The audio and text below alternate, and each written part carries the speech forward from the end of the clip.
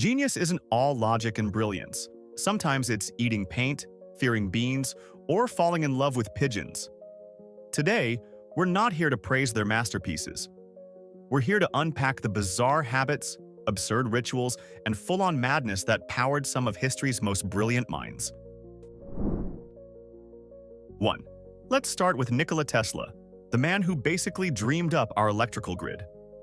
While he was busy wrestling with lightning, his heart belonged to pigeons. This wasn't just a casual hobby of tossing breadcrumbs in the park. Tesla was utterly devoted, spending thousands of dollars he didn't have to build elaborate devices to care for them. But his obsession reached its peak with one specific white pigeon. He openly declared he loved her, as a man loves a woman, claiming she was his soulmate who understood him completely. He even believed that on the night she died, she flew to his window and a brilliant light shot from her eyes to tell him her work was done. So, the architect of the 20th century found his one true love in a bird. 2. We all know the trope of the starving artist, but Vincent van Gogh gave it a uniquely toxic twist. During the darkest periods of his mental anguish, he developed a horrifying habit. He ate his own oil paints. This wasn't a case of just getting some on his fingers. He was actively consuming pigments loaded with lead, arsenic, and other deadly chemicals. There's a gut-wrenching irony in the fact that the very substances he used to create the vibrant, life-affirming beauty of sunflowers or the starry night were the same ones he was using to poison himself from the inside out. It was a tragic, bizarre compulsion where the creator was literally trying to ingest his own creation, a desperate act in his lifelong battle with the darkness in his mind.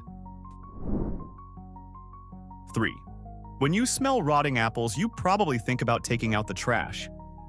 When the legendary German poet Friedrich Schiller smelled them, he thought, it's time to write a masterpiece.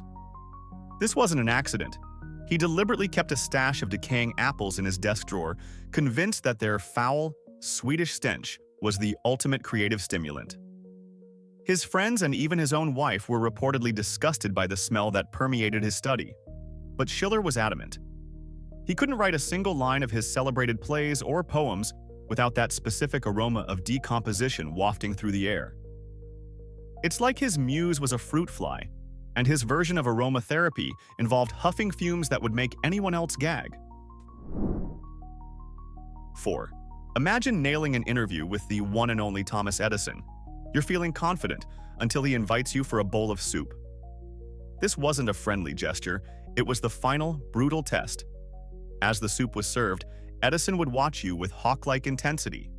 If you dared to add salt or pepper before tasting it, you were immediately shown the door. No job for you. To Edison, this simple act proved you were governed by assumptions and couldn't be trusted to test things for yourself. It's an incredibly arrogant yet undeniably clever trick. It also meant that if you were a person who just genuinely enjoyed a well-seasoned soup, you were apparently too reckless and impulsive to work for America's greatest inventor. 5. Albert Einstein, the man who unraveled the fabric of the cosmos, was a staunch rebel when it came to one particular piece of clothing: socks. He considered them an absolute nuisance, arguing that they were uncomfortable and his big toe would inevitably poke a hole through them anyway. So he just stopped wearing them altogether, even with formal shoes. This delightful eccentricity, however, pales in comparison to his reported snacking habits. On occasion, he was known to simply pluck a grasshopper from the ground and eat it. There was no fuss, no ceremony, just a quick, protein-rich snack provided by Mother Nature. It's the perfect Einstein paradox, a mind contemplating universal laws while the body is fueled by garden insects and sockless feet. 6. If you think you're addicted to coffee, you're just an amateur compared to the French literary giant Honoré de Balzac. To sustain his monstrous writing sessions, which could last up to 18 hours, he consumed a quantity of coffee that would probably dissolve a normal person's stomach lining. Estimates claim he drank up to 50 cups of thick Turkish-style coffee per day. When that was no longer potent enough to keep him awake, he would just skip the water entirely and eat the raw, finely ground coffee beans on an empty stomach for a direct, explosive jolt to his system. This wasn't just a habit. It was a high-octane fuel that powered his creation of the human comedy, a sprawling series of nearly 100 novels. The man wasn't just writing stories, he was vibrating with them. 7.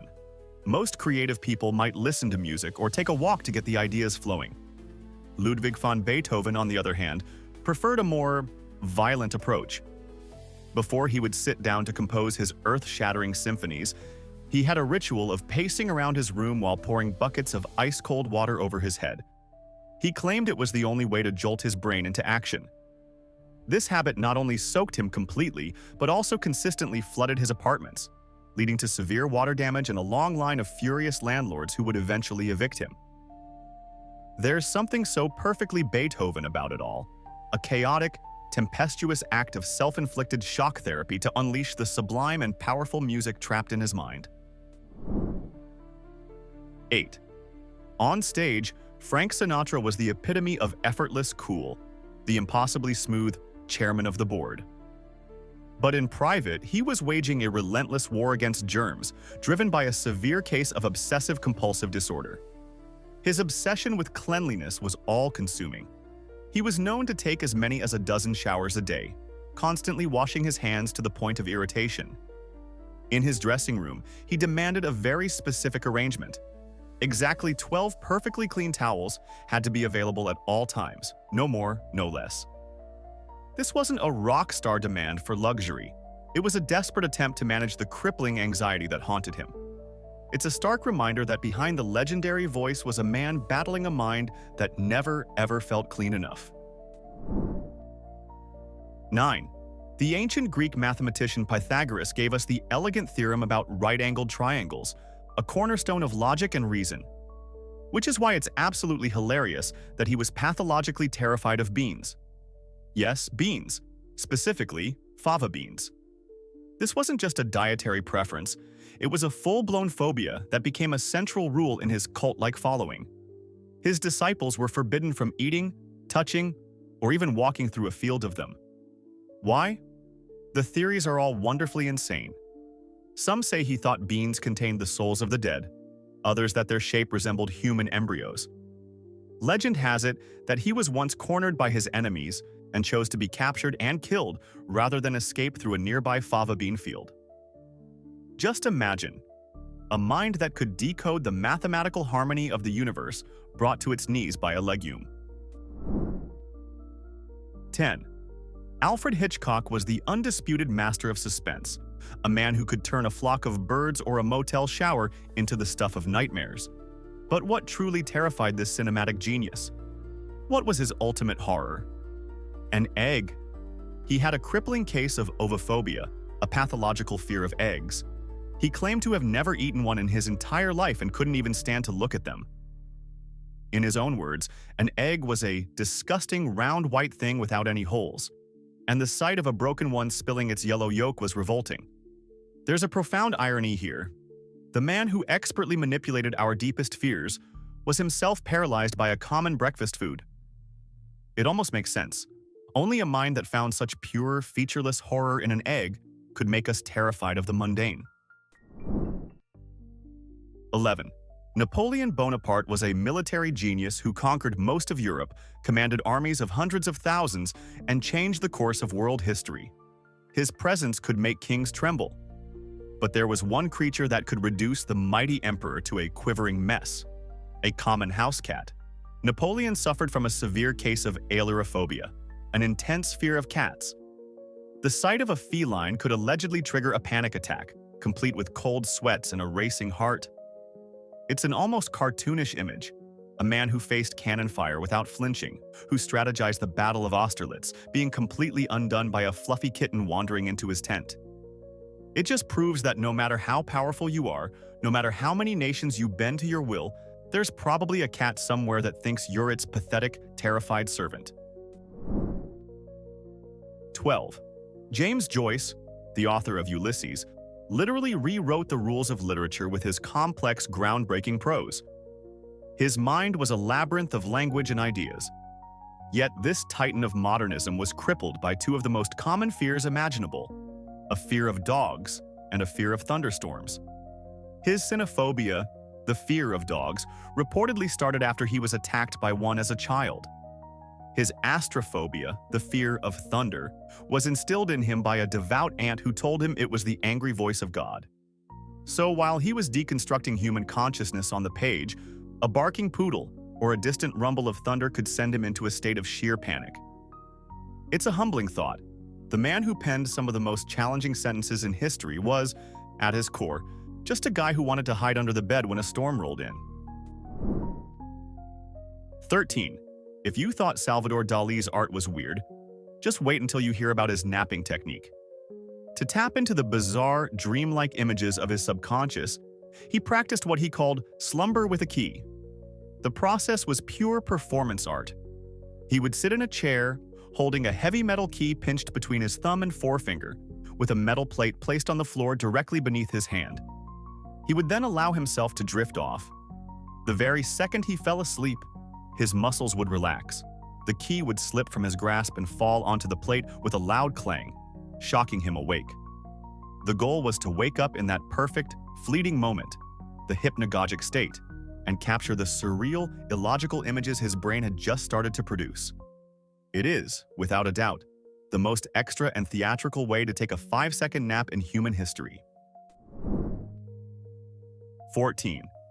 Søren Kierkegaard, the father of existentialism, spent his days wrestling with life's heaviest concepts: dread, anxiety, despair, and the terrifying freedom of choice. His writing process was, by all accounts, a frantic and all-consuming frenzy of intellectual energy.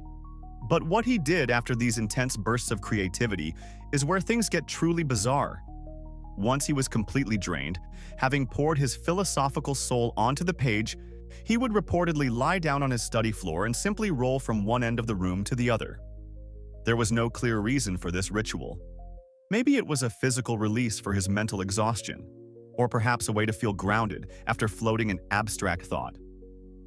Whatever the case, the image of the world's most famous melancholic philosopher log-rolling across his carpet is an absurdity he would have probably appreciated.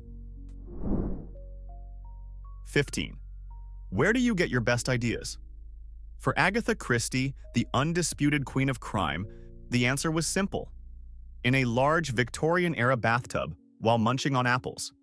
This wasn't just a quirky habit, it was her office. She would fill the tub with warm water and sit there for hours, happily crunching away while she meticulously plotted the intricate twists and turns of her next murder mystery.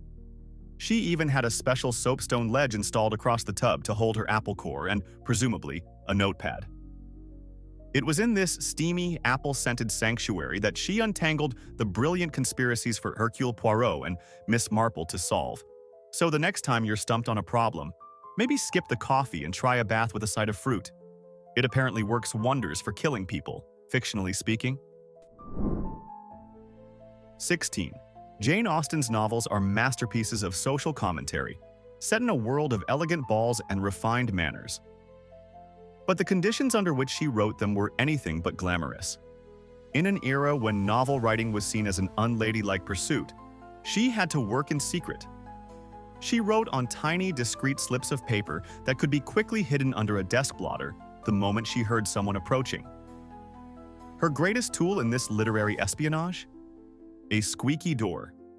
She deliberately refused to oil the hinge on her study door because its loud creak served as an early warning system, giving her just enough time to conceal her work from judging eyes. It's a fantastic irony.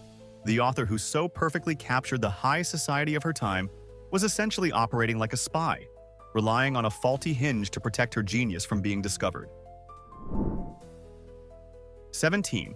Andy Warhol, the icon of pop art, was a master of cultivating his public image.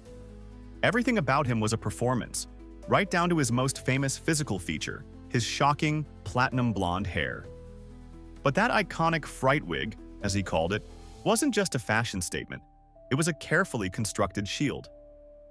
Warhol started going gray in his early 20s and was deeply self-conscious about it. So he began dyeing his hair, eventually embracing the artifice completely by wearing a silver wig. This wasn't just to hide his age, it was a way to become a brand. The wig made him instantly recognizable, turning him into one of his own pop art creations, a reproducible, manufactured, and slightly uncanny icon.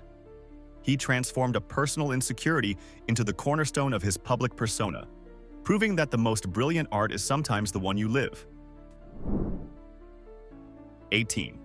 Glenn Gould, the Canadian pianist, was a musical prodigy whose interpretations of Bach are considered legendary. His genius was matched only by his staggering eccentricity, which was most visibly expressed through his bizarre relationship with temperature.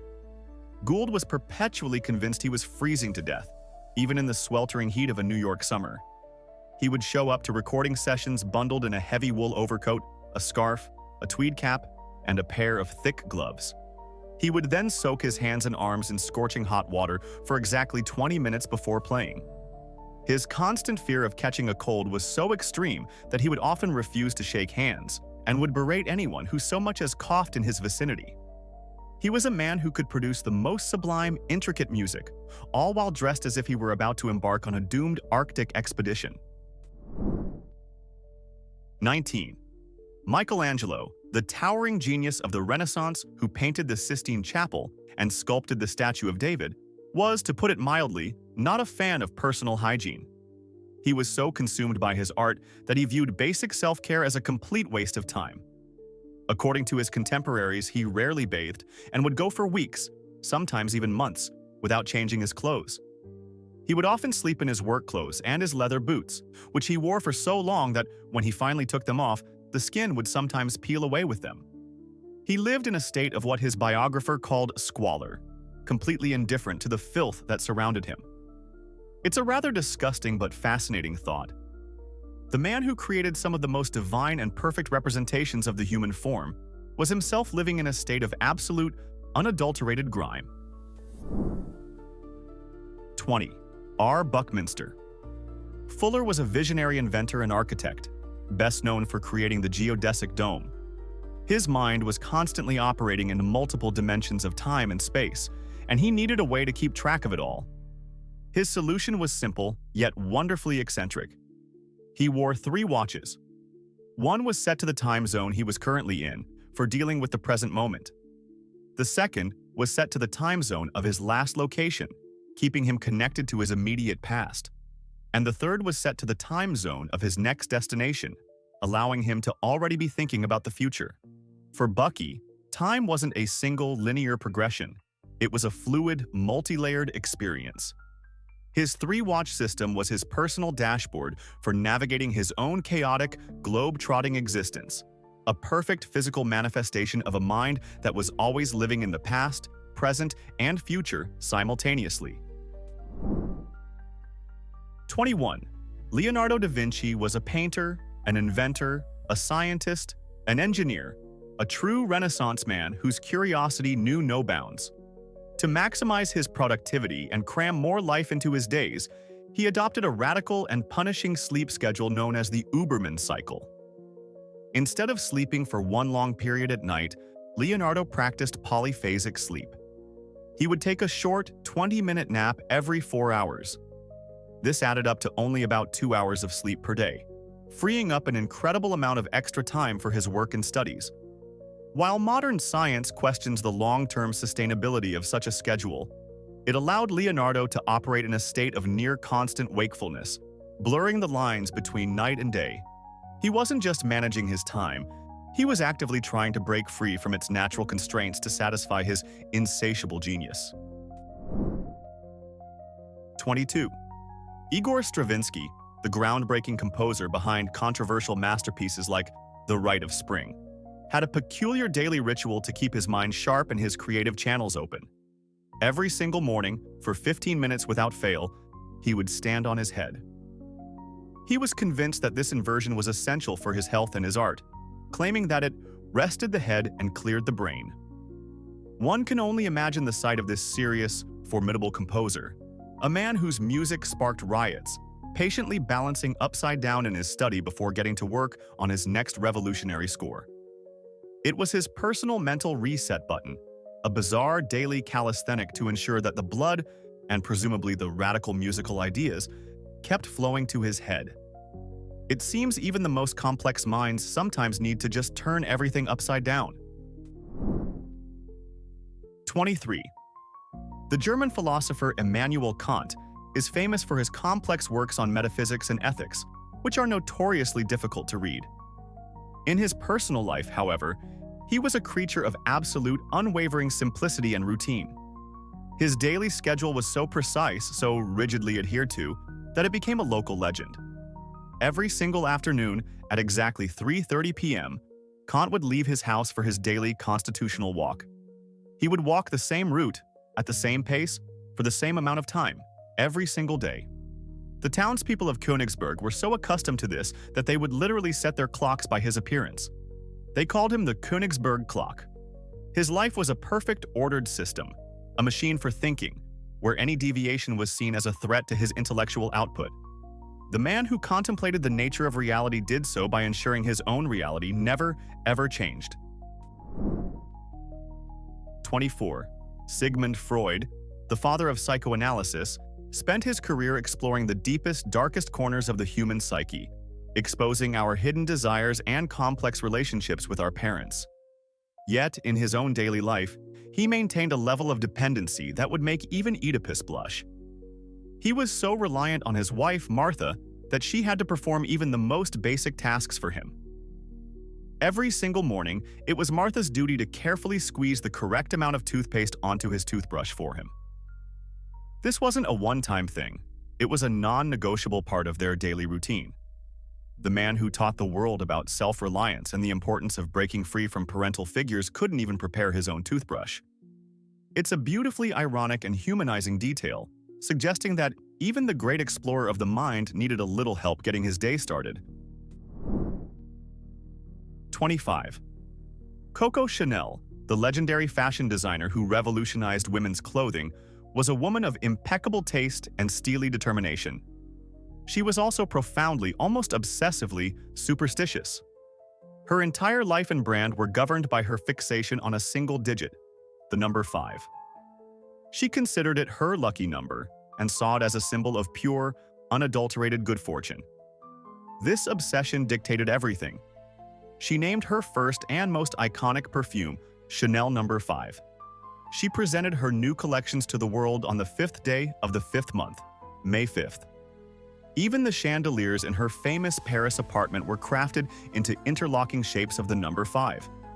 For a woman who preached simplicity and elegance, her belief system was a complex web of numerological fate, proving that even the most pragmatic and powerful mind can be ruled by a lucky charm. 26. Marie Curie was a titan of science, a double Nobel Prize winner whose groundbreaking research on radioactivity changed the world.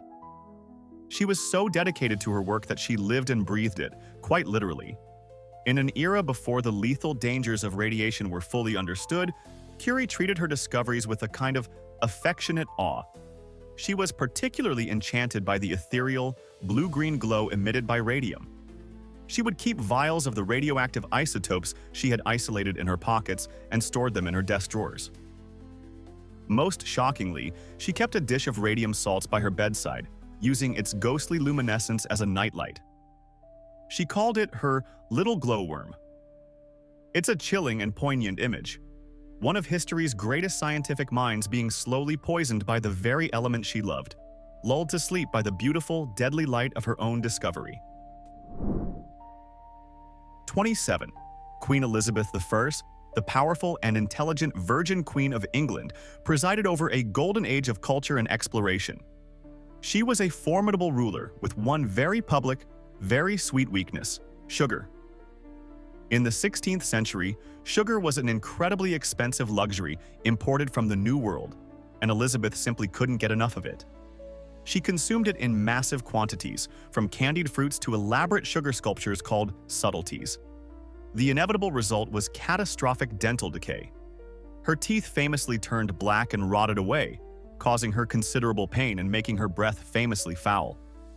But because she was the queen, this unfortunate side effect accidentally became a bizarre fashion statement.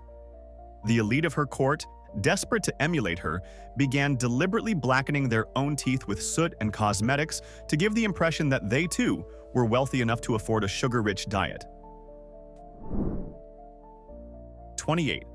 Charles Dickens was a literary machine, a man whose mind was a bustling city of unforgettable characters and intricate plots.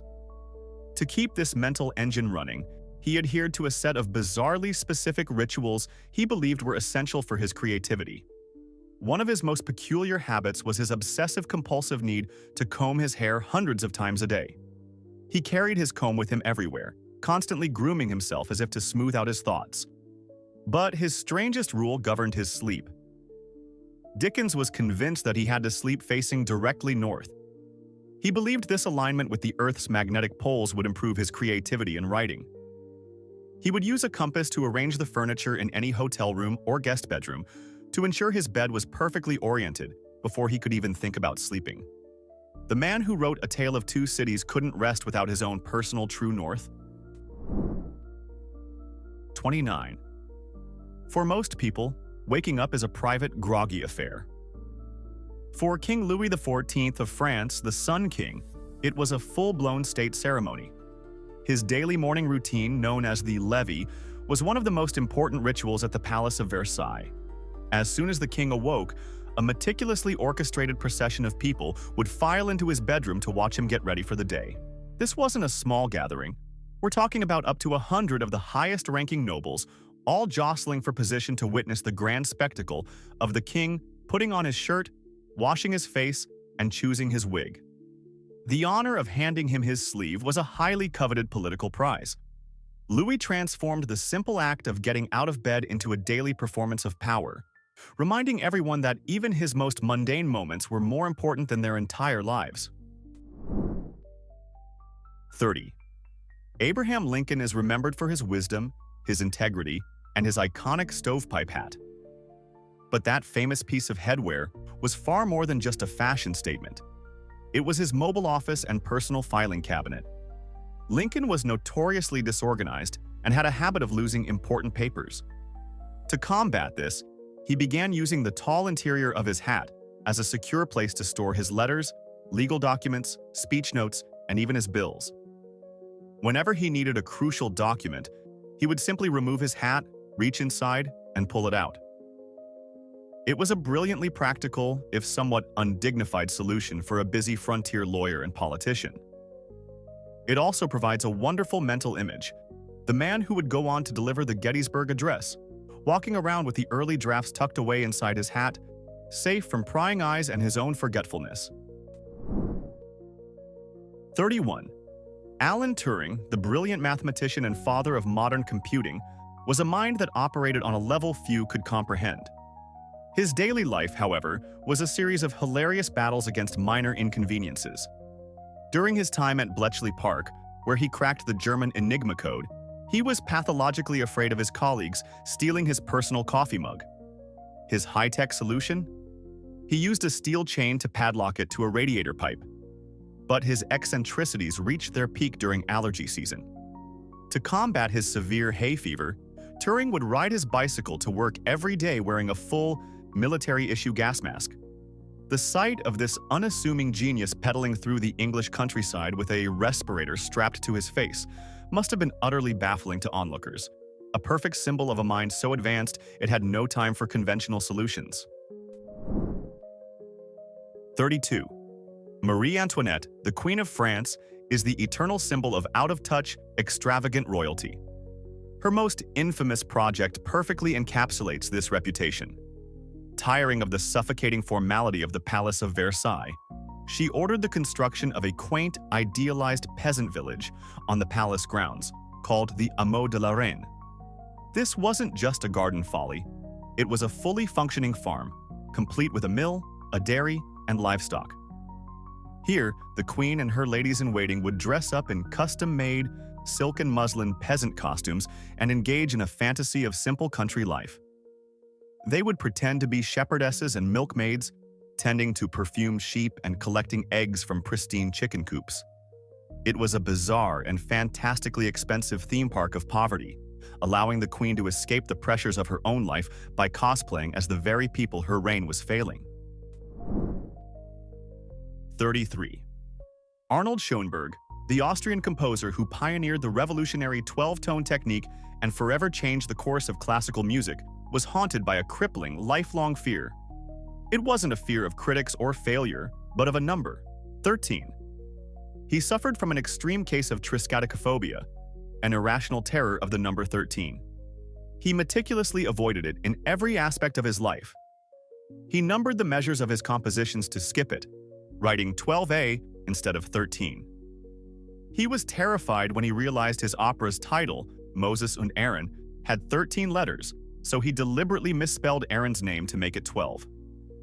The true, chilling finale to his story came when he turned 76. A fellow composer pointed out that 7 plus 6 equals 13, which sent Schoenberg into a spiral of anxiety. On Friday, the 13th of July, 1951, he stayed in bed all day, consumed by dread. He died that night at 11:47 p.m., exactly 13 minutes to midnight. Turns out, the line between genius and unfiltered weirdness is razor thin. Now be honest, which of these quirks crossed the line from eccentric to straight-up unhinged? Drop your verdicts in the comments. And if judging legendary minds gives you life, smash that like button and subscribe. The madness doesn't stop here.